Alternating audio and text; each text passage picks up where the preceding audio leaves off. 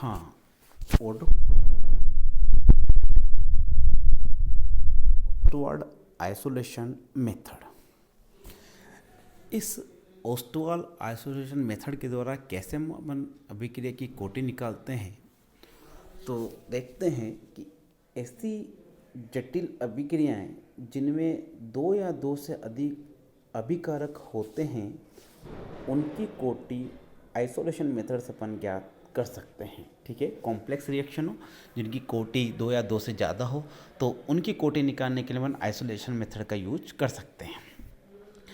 इस विधि में एक के अतिरिक्त जो अन्य अभिकारक है उनको अपन आधिक्य में लेते हैं, और जो अभिकारक आधिक्य में नहीं होता उसके सापेक्ष कोटि ज्ञात कर लेते हैं।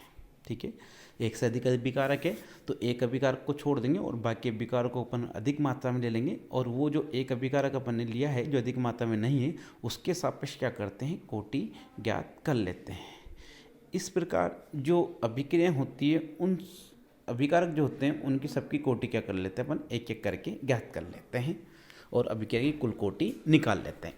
तो इसको कैसे अपन यूज में लेते हैं, तो एक अपन देखते हैं, जैसे अपने पास कोई रिएक्शन है A+B+C, 3 रिएक्टेंट है और रिएक्टेंट आपस में रिएक्शन करके प्रोडक्ट बना रहे हैं।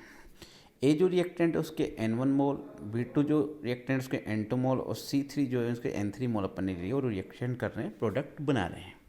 अब इस रिएक्शन की कोटि निकालना है तो 3 रिएक्टेंट है अपने पास में A, B, C। तो इनमें से अपन B व C को क्या करेंगे, अधिक मात्रा में लेंगे। जब B व C को अधिक मात्रा में लेंगे तो एक के संदर्भ में अभिक्रिया की कोटि क्या होगी, N1 होगी, और क्या होगी, dx/dt = k (a⁴n1). ठीक है, N1 क्या है यहाँ पे, एक के सापेक्ष अभिक्रिया की कोटि।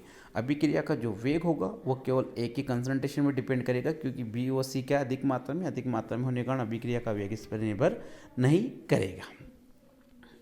बात करें अपन नेक्स्ट, अब B व C तो अपन ने ले लिया, अब किसको ले लें अपन, A व C को। ठीक है, A व C को अधिक मात्रा में ले लें तो बच कौन सा गया, B। तो B के संदर्भ में अभिक्रिया की कोटि निकाल लेंगे, और B के संदर्भ में अभिक्रिया की कोटि क्या है, N2।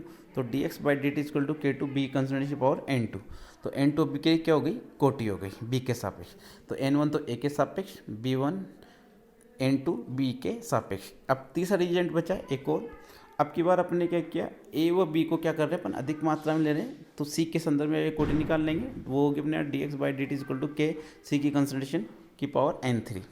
तो इस तरह से अपन ने N1 निकाल ली, एक के सापेक्ष कोटि N1 हो गई, B के सापेक्ष कोटि N2 हो गई, C के सापेक्ष कोटि क्या हो गई, N3। ठीक है, तो N1 N2 N3 ये कोटि हो गई इन रिएक्टेंट के सापेक्ष। अब अभिक्रिया की कुल कोटि अपन को निकालना है, तो प्रत्येक अभिकारक के सापेक्ष जो कोटि होगी उसको अपन ऐड कर देंगे, तो अपने पास कुल कोटि आ जाएगी। तो कुल कोटि जैसे अपन ने कह दिया अभिक्रिया की कुल कोटि, ठीक है, पूरी रिएक्शन की कोटि क्या है, तो अपन ने कह दिया N1 + N2 + N3। N1 क्या है, A के सापेक्ष कोटि, N2 क्या है, B के सापेक्ष कोटि, N3 क्या है, C के सापेक्ष कोटि। तो तीनों के सापेक्ष कोटि आ गई अपने पास, तीनों के सापेक्ष जो कोटि आ गई उसको अपन ऐड कर देंगे, तो अभिक्रिया की अपने पास क्या आ जाएगी, कुल कोटि आ जाएगी। तो ये था अपने पास ओस्टोअल आइसोलेशन मेथड, जिसके द्वारा अपन अभिक्रिया की कोटि ज्ञात कर सकते हैं। नेक्स्ट अपन बात करें कि ग्राफिकल मेथड की। ग्राफिकल मेथड से भी हम अभिक्रिया की कोटि को ज्ञात कर सकते हैं। जैसे अपने पास है कोई n कोटि की अभिक्रिया है जिनमें अभिकारों की प्रारंभिक सांद्रता क्या है, समान है, तो उसके लिए अभिक्रिया का वेग अपन कैसे लिखेंगे, अपन लिखेंगे dx/dt = kn (a−x⁴n). ये अपने पास उस अभिक्रिया का वेग अपन ने लिख दिया जिसकी कोटि कितनी है, n। कोई अभिक्रिया जिसकी कोटि अपन ने मान ली n। अब ये जो इक्वेशन आ गया अपने पास, इस इक्वेशन का अपन को लॉग लेना है, बहुत साइड लॉग लेने अपन, तो ये अपने पास कन्वर्ट होगा log dx/dt = log kn + n log a−x। ये अपने पास इक्वेशन लॉग लेने पे आ गई। अब इसको अपन ने इस फॉर्म में कन्वर्ट किया कि log dx/dt n log a−x + log kn।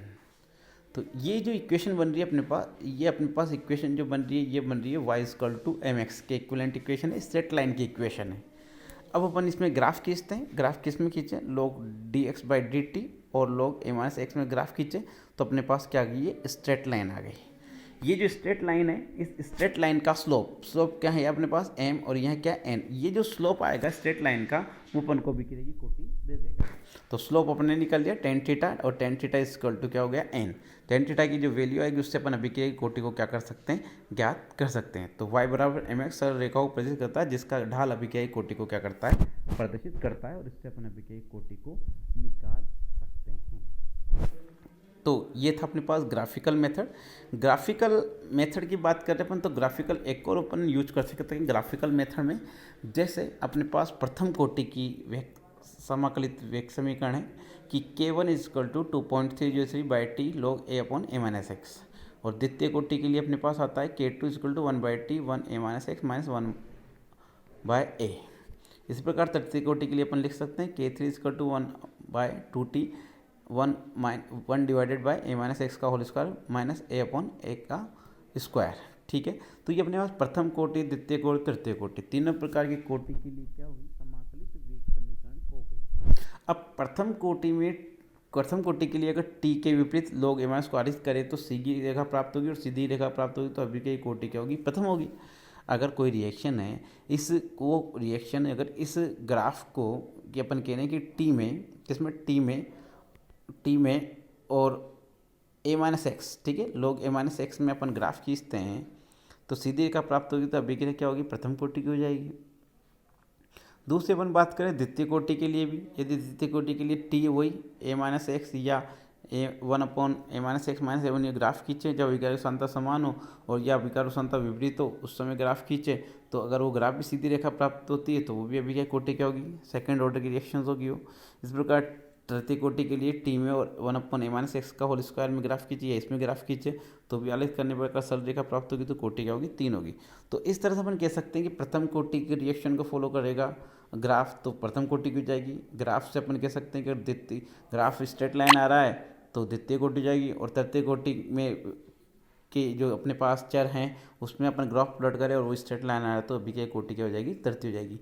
तो इस तरह से अपन ग्राफिकल मेथड से भी क्या कर सकते हैं, अभिक्रिया कोटि को निकाल सकते हैं। तो आज अपने पास पढ़ा था अपने एक अपने पास ओस्टवाल आइसोलेशन मेथड पढ़ा, और सेकंड अपने पास लिया अपन ने ग्राफिकल मेथड, और ग्राफिकल मेथड में 2 टाइप से अपन ने इसको देखा, एक तो ये देखा, और एक जो भी अपने पास first order, second order, third order की जो इक्वेशंस हैं उसमें आप ग्राफ प्लॉट कर लें, और ग्राफ प्लॉट करने पे स्ट्रेट लाइन आता है तो उस अभिक्रिया कोटि उसके कंसर्न कहलाती है।